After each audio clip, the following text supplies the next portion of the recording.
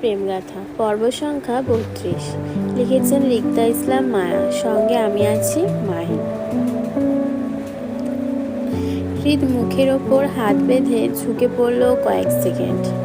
মূলত পুরো বিষয়টা হৃদের বুঝতে কয়েক সেকেন্ড লাগলো। যখন বুঝতে পারলো বিষয়টি কি হয়েছে তার সাথে, ঠিক তক্ষুনি দপদপ করে তীব্র রাগে জ্বলে উঠল হৃদের মস্তিষ্ক। তাকে কেউ আঘাত করলে সেটা সহ্য করতে পারে না সে, কন্ট্রোলের বাইরে চলে যায় তখন সব কিছু। মায়া না চাইতেও সেই কাজটা করে ফেলে। হৃদের চেপে রাখা রাগটা আরও বাড়িয়ে দিল নিজের অজান্তে। কয়েক সেকেন্ডের নিস্তব্ধ পরিবেশটা হুট করে কেমন অশান্ত তাণ্ডবে পরিণত হলো। সুন্দর ফকফকা ড্রয়িং রুমে ছড়িয়ে পড়ল অসংখ্য কাচের টুকরো। হৃদ রাগের বশে মুহূর্তের মাঝে সোফা টেবিল মাথার ওপর তুলে আছাড় মারল সজোরে। তীব্র শব্দে অসংখ্য কাঁচ ভাঙা ছড়িয়ে পড়ল চারপাশে। মায়ার পায়েও গিয়ে বিঁধল সেই কাচের টুকরো কিছু। এবার রক্ত মায়ার পা থেকেও বেরোলো। ভয়ে মায়া মৃদু চেঁচিয়ে উঠল। হৃদের এত রাগের শিকার কখনো হয়নি। আতঙ্কিত মায়া কেঁদে উঠে ছিটকে দূরে সরতে চাইলে হৃদের ভয়ে, কিন্তু তার আগে হৃদের শক্ত থাবার পিষ্ট হয় সে। মুহূর্তের মাঝে হৃদের শক্ত হাত চালানো হয় মায়ার গলায়। চোখের পলকে সেই হাত মায়াকে ছিটকে ফেললো সোফার ওপর। ছটফট করা মায়া দু হাতে হৃদের হাতটা গলা থেকে ছাড়াতে চাইলে হৃদের হাতের বাঁধন আরও দৃঢ় হয়। মায়ের উড়ু পাশের সোফায় হৃদ এক পা তুলে তাতে হাতের ভর দিয়ে মায়ের ওপর ঝুঁকে রাগে রিরি করে দাঁতে দাঁত পিষে বলল, নাটক করিস? কাকে দেশ দেখাস তুই? এত আগ্রহ দেখিয়ে আমাকে পাগল বানিয়ে এখন আঘাত করিস? আমাকে চিনিস তুই? কি মনে হয় একটু নরম সরম হয়ে কথা বলেছি দেখে এমনই ভালো মানুষ হয়ে গেলাম, আর তুই সেই সুযোগে আমাকে আঘাত করবি? তোর বাপ দাদার 14 গোষ্ঠীকে নখের ওপর তুলে মেরে ফেললো কারো বাপের ক্ষমতা নাই ঠাওর পাওয়ার। সোজা গায়েব করে দিব। আজকেই শেষবার, নেক্সট টাইম এই একই ভুল করবি তো তোর এই সুন্দর শরীরটা আগে ছিঁড়ে খাওয়া, তারপর তোর পরিবারের কাছে তোকে পার্সেল পাঠাবো, তাদের জানাতে যে আমি কতটা খারাপ, মনে রাখিস। হৃদের কালো মার্সিডিজটা খানবাড়ির গেট ধরে ঢুকতে বাগান চত্বর থেকে আরাফ খান তাকালো সেদিকে। বাড়ির মালিদের সঙ্গে দাঁড়িয়ে কাজ দেখছিলেন তিনি। অসময়ে হৃদের গাড়িটা বাড়ির গেট ধরে ঢুকতে দেখে তিনি সেদিকে আগায় হাতের লাঠিটা ভর দিয়ে। আজকাল হৃদের মতিগতি ভালো ঠেকছে না ওনার কাছে। যেই ছেলেকে ধরে বেঁধে চট্টগ্রামে আনা যেত না, সেই ছেলে আজকাল ঘন ঘন ধরা পড়ছে চট্টগ্রামের মাটিতে। ব্যাপারটা সন্দেহজনক, ভীষণ রকমের সন্দেহজনক।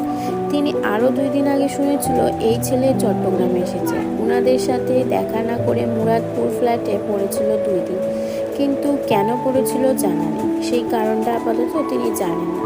শুনেছে এর মধ্যে বাবা নিহালের সঙ্গে দেখা করেছে হৃদ, কিন্তু উনাদের কাছে আসেনি, দেখাও করেনি। এমনটাও তো না যে হৃদ চট্টগ্রামে তার বাবা কাজে এসেছে। তিনি বেশ বুঝতে পারেন হৃদ তার মতলবে আজকাল হুটহাট চট্টগ্রামে চলে আসে।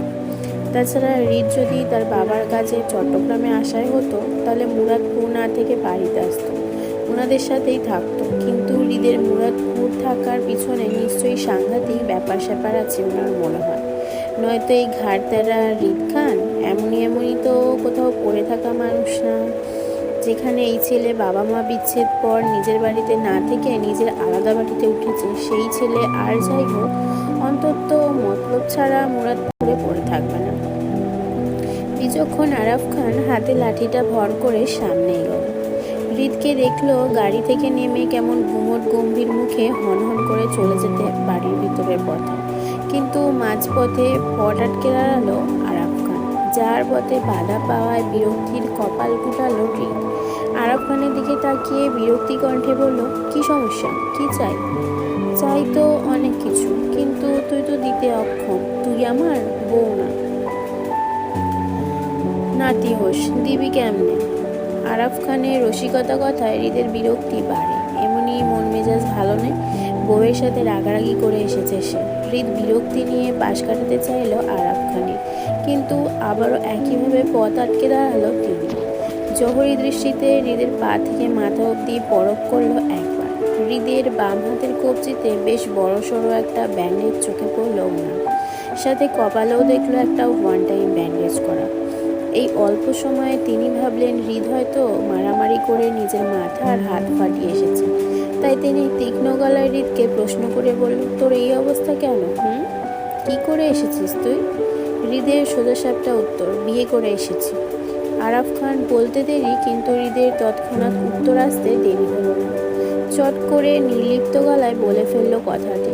হৃদ স্পষ্টভাষী, সে কখনো কোনো কথা মিথ্যা বা লুকোচুরি করে না, আর না কাউকে পরোয়া করে। স্থান কাল মানুষ ভেদ করেও সে সর্বদা স্পষ্ট ভাষায় কথা বলতে পছন্দ করে, বলে। আরাফ খান জানেন হৃদ স্পষ্টভাষী, সর্বদা সত্য কথা বলে। তারপরও তিনি হৃদির এই বিয়ে করে এসেছে এই কথাটা বিশ্বাস করলেন না। বিশ্বাস না করার পিছনে অবশ্য কারণ আছে। বিগত কয়েক বছর ধরে হৃদকে বিয়ের জন্য চাপ দিচ্ছেন ওনারা, কিন্তু সে রাজি নয়। এমনকি হৃদ বিয়ে করবে না বলে এই নিয়ে বাসায়ও তুমুল হুলস্থুলো পাকিয়েছে। কত কাহিনী করলো হৃদ বিয়ে করবে না বলে। সেজন্য তো বাধ্য হয়ে হৃদ থেকে 3 বছরের ছোট 27 বছরের ফাহাদকে বিয়ে করালো, নয়তো হৃদকেই আগে বিয়ে করাতেন ওনারা। এখন কত কাহিনীর পর যদি হঠাৎ করে হৃদ এসে বলে সে বিয়ে করে এসেছে, তাহলে ওনারা বিশ্বাস করবে না, এটাই স্বাভাবিক। হলো তাই। আরাফ খান হৃদের বিয়ের কথাটা একরত্তিও বিশ্বাস করেন। উল্টো তিনি ভাবলেন হৃদ ওনার সাথে হেয়ালি করছে। সেজন্য তিনিও হৃদের সাথে হেয়ালিপনা করেই বলে, বিয়ে করে এসেছিস ভালো কথা, কিন্তু তোর এই অবস্থা কেন? বিয়ে করতে কি আর যুদ্ধ করা লাগে নাকি? আঘাত পেয়েছিস কিভাবে? আবারও হৃদের দায়সারা উত্তর আসলো, বউ মেরেছে। বউ মেরেছে? আরে সাব্বাস, বউয়ের হাতের মার খেয়ে এসেছিস অবশেষে। আমার তো গর্ববোধ হচ্ছে তোর বউয়ের ওপর হৃদ। বাপরে, কি সাংঘাতিক ব্যাপার স্যাপার, হৃদ খানকেও কেউ পিটায়?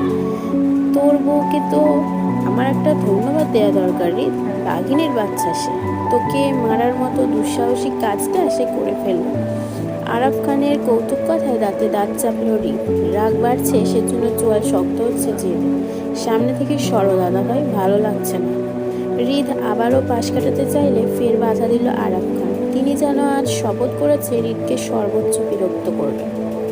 তিনি হৃদের পথ আটকে দাঁড়াতে দাঁড়াতে একইভাবে খোঁচা মেরে বলল, আমাকে তোর ভালো লাগবে না এটাই স্বাভাবিক। আমি কি আর তোর বউ লাগি যে আমাকে তোর ভালো লাগবে? ভালো লাগার মানুষের কাছে তো মাইর খেয়েই এসেছিস, আর কি চাই বল? এমন বউ সোহাগা স্বামী কতজন হতে পারে? তুই তো সাংঘাতিক কপাল নিয়ে জন্ম নিয়েছিস রে, সোজা স্বামী পেটা বউ পেয়েছিস। তোর ভাগ্যটা ভালো, বুঝলি? আমাদের বউ তো খালি আদর করে, মারে না। আরাফ খানের খোঁচা মারা হেয়ালি কথায় হৃদ দাঁত পিষে জোরপূর্বক আরাফ খানকে পাশ কাটিয়ে হনন করে চলে গেল বাড়ির ভিতর। হৃদকে চলে যেতে দেখে বৃদ্ধ বয়সের ঝুলন্ত চামড়ায় সুন্দর হাসলেন তিনি। হৃদের চলে যাওয়ার দিকে হাসতে হাসতে ঘুরে সামনে তাকাতে তক্ষুনি চোখে পড়ল আসিফকে। হৃদের গাড়ি পার্কিং করে এদিকটায় আসছে, কিন্তু আসিফের ভাবভঙ্গিমা এমন যেন সে চুরি করে ধরা পড়ে যাওয়ার ন্যায় অবস্থা। আরাফ খান তীক্ষ্ণ দৃষ্টি ফেলে আসিফের চোরের মতন মতিগতিটা চট করে ধরে ফেলল। আসিফ যে ওনার হাত থেকে রক্ষা পাওয়ার জন্য এমন চোরের মতন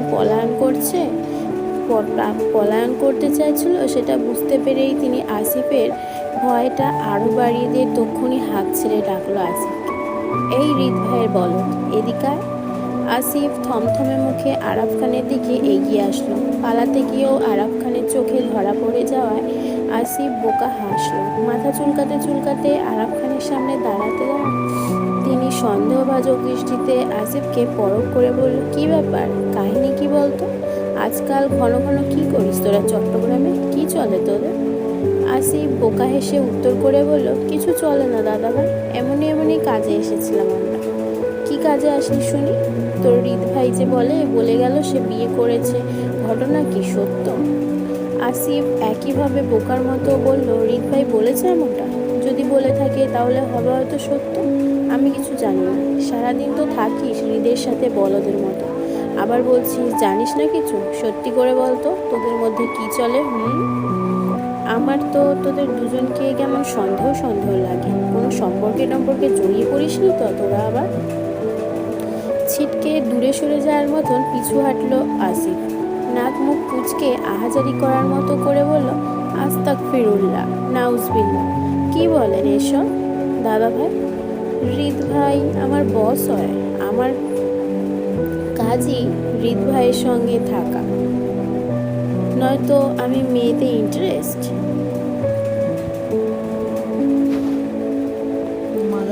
তোদের ইন্টারেস্ট বুঝবো কেমনে? হ্যাঁ, কোনোদিন তো দেখলাম না দুই বলদের এক বলদও একটা মেয়ে পটাইতে। খালি বলদের মতন সারাদিন একজন আর একজনের নাম রাখিস। তুই জপিস হৃদ ভাই করে, আর তোর তুই ঝপিস হৃদ ভাই করে, আর তোর হৃদ ভাই মরে আসিফ করে। এখন আমরা তোদের প্রেমিক প্রেমিকা মনে করতেই পারি। নাউজুবিল্লার কথাবার্তা বললেন না দাদা ভাই। হৃদ ভাইয়ের ভাবি আছে, ভাই শুনলে আমাকে ঝাড়বে। হৃদ ভাইয়ের ভাবি আছে মানে? হৃদ কি ভাবিতে ইন্টারেস্ট নাকি? আমতা করে আসিফ বলল, না মানে হৃদ ভাইয়ের ভাবির সাথে সম্পর্ক আছে। আরাফ খান অবাক হওয়ার মতন করে বললে, কি বলিস এসব? হৃদ শেষ পেশ কোনো ভাবির সাথে সম্পর্কে জড়ালো আসিফ? বউটা কার বউয়ের সাথে পরক্রিয়া করছে হৃদ? ভয়ে ভয়ে ভিতরটা মোচড় দিয়ে উঠলো আসিফে। কথায় কথায় সে অনেক কিছু বলে ফেলেছে আরাফ খানকে। যদি এসব কথা হৃদের কানে যায় তো আসিফকে আস্ত রাখবে না। হৃদ পছন্দ করে না ওর পার্সোনাল লাইফ সম্পর্কে কাউকে শেয়ার করা। আসিফ আরাফ খানের কথায় ফ্যাসাদে পড়ে কিভাবে যেন মুখ ফসকে কথাগুলো বেরিয়ে গেছে। এখন আসিফ যদি আর কিছুক্ষণ আরাফ খানের সম্মুখে দাঁড়িয়ে থাকে তাহলে তিনি কুচিয়ে বাকি কথাগুলো আসিফের পেট থেকে বের করবেন নিশ্চিত। আসিফ নিজেকে বাঁচাতে হঠাৎ করে দৌড় লাগালো বাড়ির ভিতরের দিকে। আকস্মিক ঘটনায় হতভম্ব হয়ে যায় আরাফ খান। তিনি যখন বুঝতে পারেন আসিফ ওনার থেকে বাঁচাতে দৌড় লাগিয়েছে, ঠিক তক্ষুনি আসিফের যাওয়ার পথে খানিকটা চেঁচিয়ে উঠলেন তিনি। বললেন, আরে বলে তো যা, হৃদ কার বউয়ের সাথে পরকীয়া করে বেড়াচ্ছে? মেয়েটা কে? আসিফ দৌড়ে পালাতে খানিকটা চেঁচিয়ে জানালো, মেয়েটা আপনাদের আত্মীয় হয় দাদা ভাই। আত্মীয় কথাটা মাথায় আসতেই আরাফ খানের মাথায় প্রথমেই শশীর নামটা ঢুকল। মেয়েটার সাথে হৃদের সম্পর্কের কথা শুনেছিল ওনারা আরও কয়েক বছর আগে। দুজনকে বিয়েও দিতে চেয়েছিল ওনারা, কিন্তু শশীর বয়স কম হওয়ায় বা শশীর পড়াশোনা শেষ হয়নি বলে বিয়ের আর হয়নি। তারপর কি হলো কি জানি, হৃদ বিয়ে করবে না বলে একেবারে বেঁকে বসল। আরাফ খানের মনে হলো হৃদ আবারও হয়তো শশীর সাথে প্রেমের সম্পর্কে মরেছে। যদি তাই হয় তাহলে এবার দুটোকে ধরে হাতে বিয়েটা সেরে ফেলবেন ওনারা। বহমান নদী স্রোতের মতোই সময় তার নিজস্ব গতিতে যাচ্ছে। হৃদ মায়ের উপর রাগ নিয়ে চট্টগ্রাম শহর ছাড়লো আজ গোটা 35 দিন হলো। এতে মায়ের অবশ্য ভাবান্তর নেই। সে হৃদের জন্য মোটেও চিন্তিত নয়, বরং সে সেদিনের পর নিখোঁজ স্বামীকে নিয়ে বেশ চিন্তিত। হৃদ চুক্তিপত্রের কাগজগুলো মায়াকে ফেরত দেয়নি, উল্টো মায়াকে হুমকি ধামকি দিয়ে শাসিয়ে গেল। এখন মায়ের ভয় হয় যদি হৃদ কোনোভাবে মায়ের নিখোঁজ স্বামীর ক্ষতি করে বসে তো। মায়ের নিজের স্বামীর জন্য অস্থির উন্মাদনা হয়ে সেদিন হৃদের হাতে মার খেয়ে বসায় এসে প্রথমে নিজের স্বামীকে ফোন দিয়েছিল খোঁজ নিতে। হৃদ মায়ের স্বামীর ক্ষতি করার আগেই সাবধান করতে চেয়েছিল লোকটাকে, কিন্তু আফসোস মায়ের ফোন কলই সেদিন হতে আজ পর্যন্ত লোকটা রিসিভ করেনি, আর না কল ব্যাক করেছে। মায়া জানে না কেন লোকটা মায়ের কল রিসিভ করে না।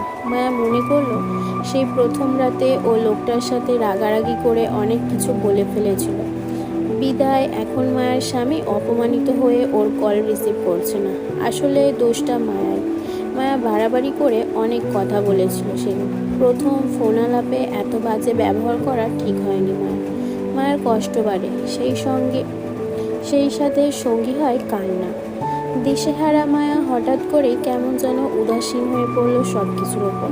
কিশোরী মনটাকে বুঝাতে না পেরে প্রায় প্রতিদিন নিখোঁজ স্বামীর খোঁজ নিতে কল দেয় হৃদকে। ব্যাপারটা স্বাভাবিক হলে হয়তো হৃদ মায়ের কল রিসিভ করতো, স্বাভাবিকভাবে অপরিচিত থেকে বউয়ের সাথে ফোন আলাপ চালাতো। কিন্তু বিষয়টা হৃদের কাছে স্বাভাবিক ঠেকল না। যবে থেকে বুঝতে পারলো মায়া হৃদকে নিয়ে পজিটিভ কিছু চিন্তা করছে না, তবে থেকে সে অস্থির হলো। হৃদ মায়ার স্বামী হয় এই সত্যিটা যদি মায়া কখনো জানতেও পারে, তাহলে সে হৃদকে স্বামী হিসেবে মানতে নারাজ হবে, তার থেকে তালাক চাইবে। এই কথাটা হৃদের মাথায় আসতে হৃদের শরীর রাগে টগবগিয়ে উঠে তীর তীর করে। এই রাগে জিদে হৃদ মায়ার কোনো ফোন কল রিসিভ করে না, আর না কল ব্যাক করে, বরং হৃদ ইচ্ছা করেই মায়াকে ইগনোর করে। হৃদ শুরু থেকে মায়ের সাথে সম্পর্কে জড়াতে চায়নি, বরং তার অজানা বউ সম্পর্কে প্রথমে জানার কোনো ইন্টারেস্ট ছিল না। কিন্তু হঠাৎ করে মায়াকে প্রথম দেখে সে সন্দেহের বশে অজানা বউয়ের খোঁজ পেল। তারপর বউয়ের হদিশ না পাওয়ায় হৃদ এক প্রকার জেদ নিয়েই বউকে খুঁজে বেড়ায়। খুঁজে খুঁজে যখন হৃদ দিশেহারা হয়ে উঠেছিল বউকে না পেয়ে, তখন হৃদের মনে অজানা অচেনা বউয়ের প্রতি অস্থির টান আর প্রচুর ইন্টারেস্ট জন্ম নিল। তারপর সেই ইন্টারেস্ট থেকে আজ এই পর্যন্ত এসে দাঁড়ালো। অবশেষে বউকে খুঁজে পেল। কোনো এক অজানা অধিকার নেই বউকে খুঁজে পাওয়ার প্রথম দিনই থাপ্পড় মেরে বসলো রাগে। তারপর হৃদ কেমন কেমন করে যেন বউয়ের প্রতি নজর রাখতে শুরু করলো। বউয়ের চারপাশটা তার হাতের মুঠোয় রাখলো। তবে তখনও হৃদ বউকে নিয়ে শিওর ছিল না তারা ভবিষ্যতে একত্রে হবে কিনা, বা আদৌ সেই লুকায়িত সম্পর্কটার সাথে জড়াতে চায় কিনা। কিন্তু যবে থেকে বুঝতে পারলো বউ তার জন্য দিশেহারা অস্থির পাগল হয়ে আছে তারই খোঁজে, তবে থেকে হৃদের দৃষ্টি বদলায়। বউ তাকে না দেখে না জেনেই ভালোবাসে।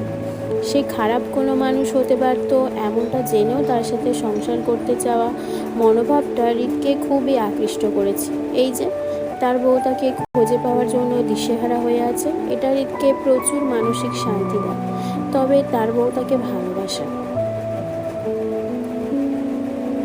না, সরি, এখানটা ভুল হয়ে গেল, না ভাবে তার বউ তাকে ভালোবাসে। তার বউয়ের এই ভালোবাসাটা অনুভব করতে গিয়ে কিভাবে যেন হৃদ বউয়ের মায়ায় পা পিছলে পড়ে যায়। একেবারে নাক মুখ ডুবিয়ে সেই মায়া কাটিয়ে ওঠার সাধ্য আর হৃদের নেই। হৃদ অনুভব করতে পারে তার বউয়ের প্রতি টানটা দিন দিন বেড়েই চলেছে। তার মনে হচ্ছে সে খুব শীঘ্রই এই বউয়ের জন্য পাগল টাগল হয়ে যাবে। এখন তার এমন একটা অবস্থা হয়েছে যে তার বউ যাই করুক না কেন সবই তার ভালো লাগে। মনে হয় তার সাথে এমন আধা পাগল বউটাকেই মানায়। জীবনে এন্টারটেনমেন্টের জন্য হলেও এমন একটা আধা পাগল বউ থাকা জরুরি। এই যে তার বউ তাকে এত আগ্রহ নিয়ে দিনে দিনে অবসেশন জেদি পাগল বানাচ্ছে, আর সে দুর্বল হার্টে পরিণত হয়ে পাগল হচ্ছে। এখন যদি শুনতে হয় তার বউয়ের ভালোবাসা মূলত তার জন্য নয়, তাহলে কেমনটা লাগে? কোনো স্বাভাবিক ব্যক্তি কি স্বাভাবিক থাকতে পারবে? অস্বাভাবিক ন্যায় মাথা গরম হয়ে যাবে না? হৃদের অবস্থাটাও সেম। সে পারছে বউকে থাপড়িয়ে লাল লাল করে দিতে। বেয়াদব বউ একটা কপালে জুটেছে তার।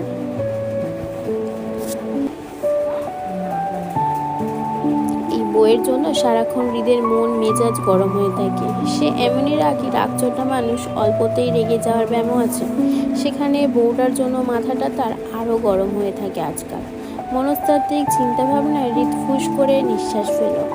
অফিস কক্ষে থাই গ্লাস ভেদ করে তাকালো ব্যস্ত শহরের দিকে। বউটার জন্য কেমন মন পুড়ছে তার, কিন্তু তারপরও সে নিরুপায়। সে বউকে নিজ থেকে ধরা দিবে না বলে জিদ ধরে বসে আছে, আর সেই জেদি এখন মন পুড়ছে।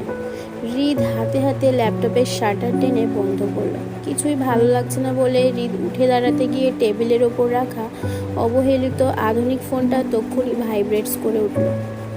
হৃদ উঠে দাঁড়াতে দাঁড়াতে সেদিকে তাকালো। চোখে ভাসমান হলো বেয়াদব বউ নাম।